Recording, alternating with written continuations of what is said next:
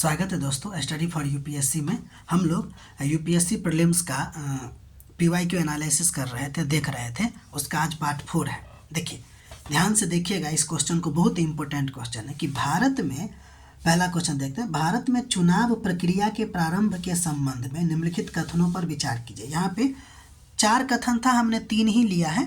तो देखिए, चुनाव की सिफारिश सरकार द्वारा की जाती है और चुनाव का अधिसूचना जो है चुनाव आयोग के द्वारा जारी किया जाता है। ये पहला कथन है।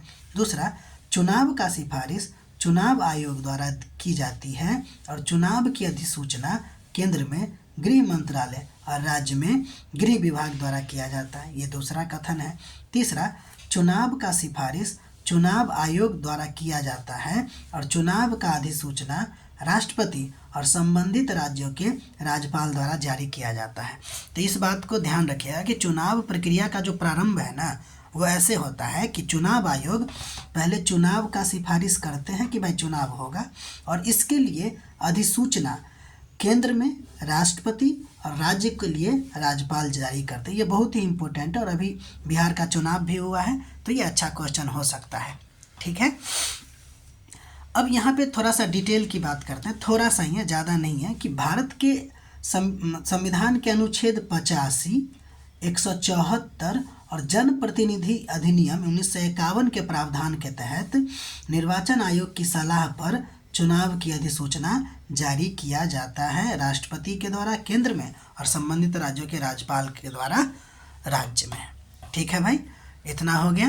अब हम लोग आगे बढ़ते हैं, दूसरा क्वेश्चन पर देखते हैं। ये दूसरा क्वेश्चन क्या था कि जो मानक समय होता है ना, स्टैंडर्ड टाइम जो होता है ना किसी देश का, वो ग्रीनविच टाइम से आगे है या पीछे है, वो इस बात पर निर्भर करता है कि वो ग्रीनविच से गुजरने वाले देशांतर के पूरब में है या पश्चिम में है। आप लोग देखे ही होंगे कि जो ग्रीनविच लाइन है, जो 0 डिग्री है, लॉन्गिट्यूड कहते हैं उसको, देशांतर कहते हैं, उसके पूरब में समय आगे होता है और जो पश्चिम में होता है उसका समय पीछे होता है। हम लोग देखें कि हम लोग जो है 84 एंड मतलब कि 82.5 पे पढ़ते हैं हम लोग, यानी कि हमारे यहाँ का जो स्टैंडर्ड टाइम है वो 82.5 है और ये ईस्ट में है, इसीलिए हम लोग का समय 5 घंटा लंदन के समय से आगे होता है। तो वही कह रहा है कि ये डिपेंड करता है ग्रीनविच पे। अब देखिए क्या है ऑप्शन।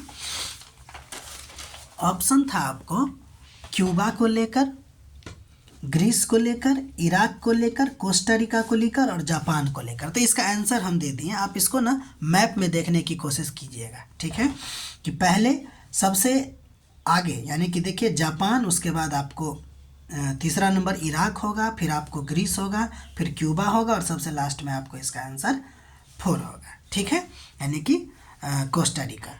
ठीक है, जीएमटी के अनुसार जो है इसका क्रम इसी प्रकार बनेगा। ठीक है, यहाँ पे हम लोग कुछ इम्पोर्टेंट चीज़ देखते हैं और वो है अंतर्राष्ट्रीय तिथि रेखा। ठीक है, तो देखिए पहली बात कि 180 डिग्री यामयोत्तर या लॉन्गिट्यूड को हम लोग अंतर्राष्ट्रीय तिथि रेखा कहते हैं, है ना। ये जो 180 डिग्री यामयोत्तर है या लॉन्गिट्यूड को हम लोग क्या कहते हैं, अंतर्राष्ट्रीय तिथि रेखा यानी कि इंटरनेशनल डेडलाइन कहते हैं। ध्यान दीजिएगा कि यह जो है वह वास्तव में एक सीधी रेखा नहीं है, बल्कि जिगजैग लाइन है, टेढ़ी मेढ़ी रेखा है और यह पूरी तरह से प्रशांत महासागर से होकर गुजरती है।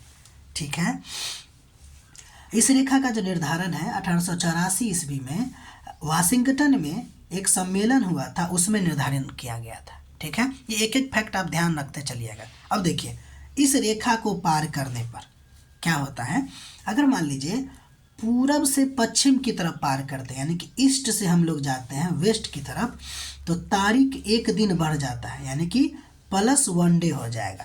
लेकिन वही अगर हम पश्चिम से पूरब की तरफ जाएं, यानी कि वेस्ट से ईस्ट की तरफ जाए, तो तारीख 1 दिन घट जाता है, यानी कि -1 हो जाता है। ठीक है, ये 4 पॉइंट आप लोग ध्यान रखिएगा, बहुत ही इम्पोर्टेंट है। ठीक है, अगला नंबर बढ़ते हैं। ध्यान दीजिएगा समय के बारे में क्या ख्याल है, अगर इंटरनेशनल डेडलाइन को पार करते हैं तो समय का क्या ख्याल है, तो समय आपको नहीं बदलता।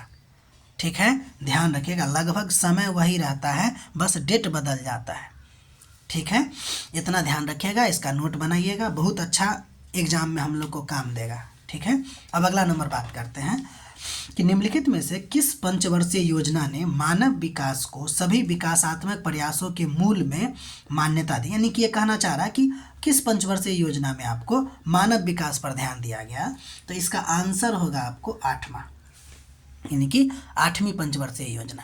अब ध्यान दीजिए, क्योंकि पंचवर्षीय योजना अब खत्म हो चुकी है, अब नहीं होता, योजना आयोग की भी समाप्ति हो गई है, तो क्या हमारे यहाँ रिसोर्स प्लानिंग खत्म हो गई है क्या? तो उसी को लेकर हमने यहाँ पे नोट बनाया, बहुत ही इम्पोर्टेंट नोट है, ये आपको मेंस में भी काम देगा और इससे ना कुछ अवधारणात्मक समझ भी आपकी डेवलप होगी। तो देखते हैं, एक टॉपिक ही आपको पढ़ना पड़ता है इकोनॉमी में जिसका नाम है रिसोर्स मोबाइलाइजेशन फॉर इंडियन प्लानिंग, यानी कि भारतीय योजना के लिए संसाधन का संचयन या जुटाव कह सकते हैं कि संसाधन कैसे जुटेगा।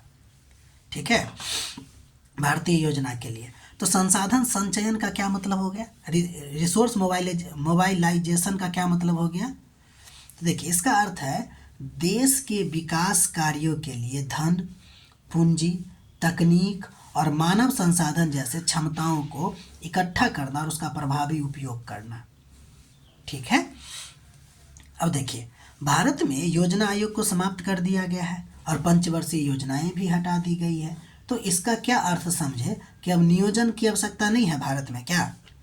ठीक है ना।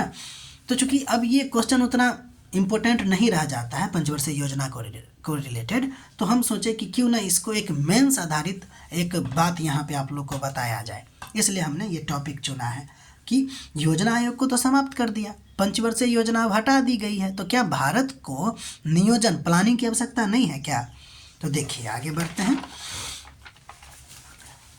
कुछ लोगों के अनुसार भारत में उदारीकरण लागू होने के बाद नियोजन की आवश्यकता नहीं है। कुछ लोग कहते हैं कि भारत में चूंकि उदारीकरण यानी कि एलपीजी मॉडल लागू हो चुका है, लिबरलाइजेशन, प्राइवेटाइजेशन एंड ग्लोबलाइजेशन जैसा मतलब नीति लागू हो गया है, यानी कि उदारीकरण लागू हो गया है। और ये उदारीकरण जो होता है उसमें होता क्या है कि मांग और आपूर्ति की बाजार शक्तियाँ हैं वो अपने आप विभिन्न लक्ष्यों को प्राप्त कर लेती है, ये लोगों का कहना है। ठीक है, मान लीजिए कि अगर आपसे पूछा जाएगा कि नियोजन की आवश्यकता नहीं है क्या, तो आपको पहले बताना होगा कि लोग जो क्या कह रहा है।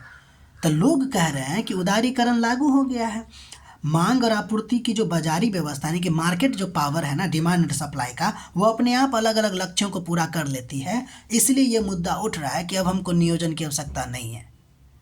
ठीक है, फिर आपको इसका उलटा जवाब देना कि भारत जैसे देश में ऐसा संभव नहीं है।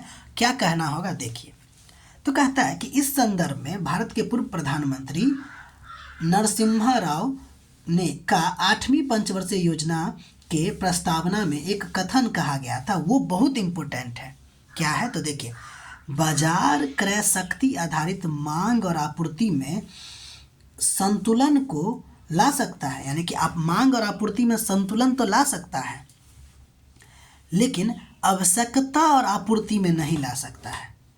यानी आपको इसका जवाब देना है कि मांग और आपूर्ति की जो शक्ति है वो अपने आप लक्ष्यों को प्राप्त कर लेती है, तो कह रहा है लोग, लेकिन आपको बताना होगा कि नरसिम्हा राव जी कहे हैं कि बाजार आधारित जो शक्ति है ना वो मांग और आपूर्ति में संतुलन लाएगा, आवश्यकता और आपूर्ति में नहीं।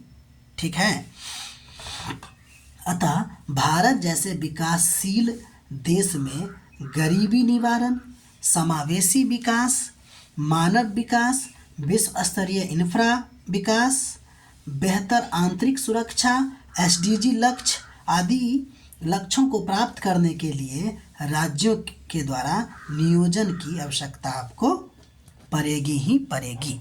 ठीक है, तो इसमें आपको एक मेंस का भी क्वेश्चन बन जाएगा कि भारत में वर्तमान में एलपीजी मॉडल के बाद क्या नियोजन की आवश्यकता नहीं पड़ेगी। और दूसरी बात ये भी हुआ कि योजना आयोग को ख़त्म करके ना आपको नीति आयोग ला दिया गया है। इससे और ज़्यादा मतभेद हो गया कि क्या सच में नियोजन ख़त्म हो गया क्या, तो ऐसा कहेंगे नहीं। इसका आगे आंसर हम दे सकते थे लेकिन ये हम इकोनॉमिक्स में पढ़ाएंगे आपको। ठीक है, तब तक के लिए आप अपना ख्याल रखिए। हमारा सहयोग दीजिए। अच्छा लगे तो लाइक कीजिए, सब्सक्राइब कीजिए और अपना पढ़ाई करते रहिए, क्योंकि अब ज़्यादा दिन पीटी का बचा नहीं है। ठीक है, ख्याल रखिए अपना।